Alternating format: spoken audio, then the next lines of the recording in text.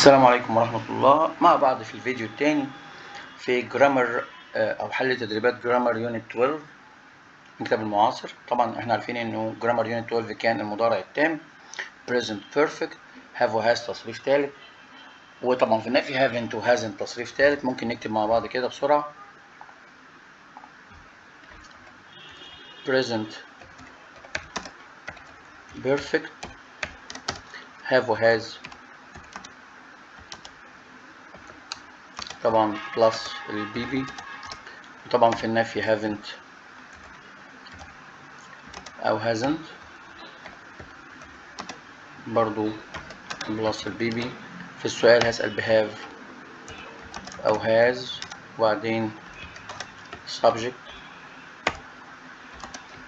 وبعدين البي وفي المبني المجهول هيبقى object مفعول وبعدين have أو has been وبعدين البي. ده بالنسبة للكلمات الدالة على المضارع التام. عندنا since و for.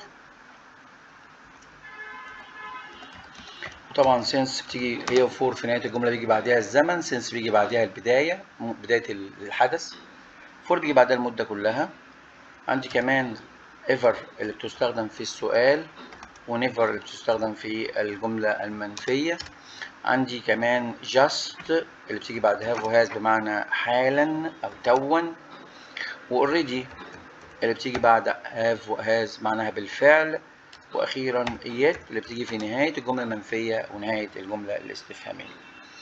نحل مع بعض. السؤال الاول بيقول لي millions of tourists have visited Egypt. عايز already. طبعا already بتيجي بعد have و has، هتبقى مكانها have already، يعني الجمله زي ما هي لكن هنكتب have already visited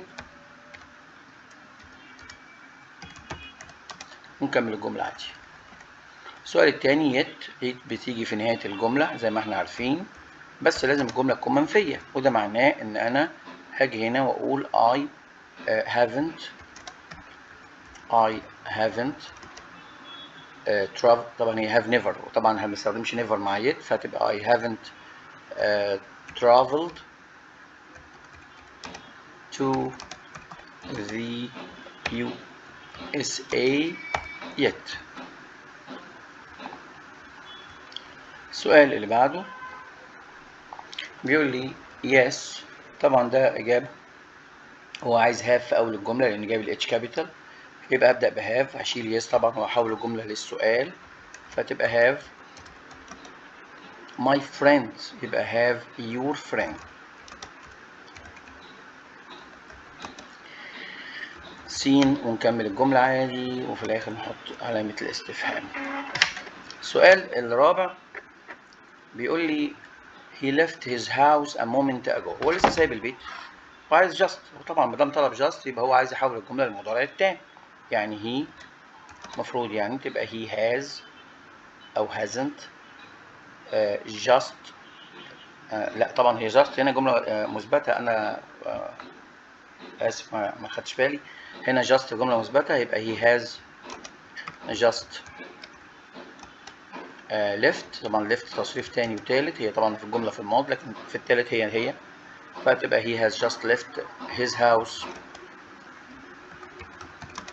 a moment ago، يعني هو لسه سايب البيت. طبعا a moment ago من كلمات الماضي البسيط، فبالتالي هتحذف، فتبقى he has just left his house.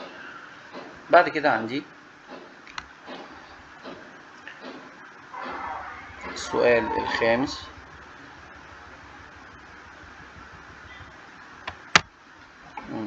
مش عارف أنا مش مظبوط، سرحت وأنا بحل، فلا يعني نبدأ من جديد أحسن.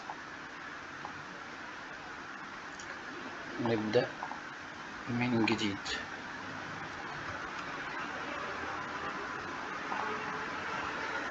تمام، بلاش انت خلاص.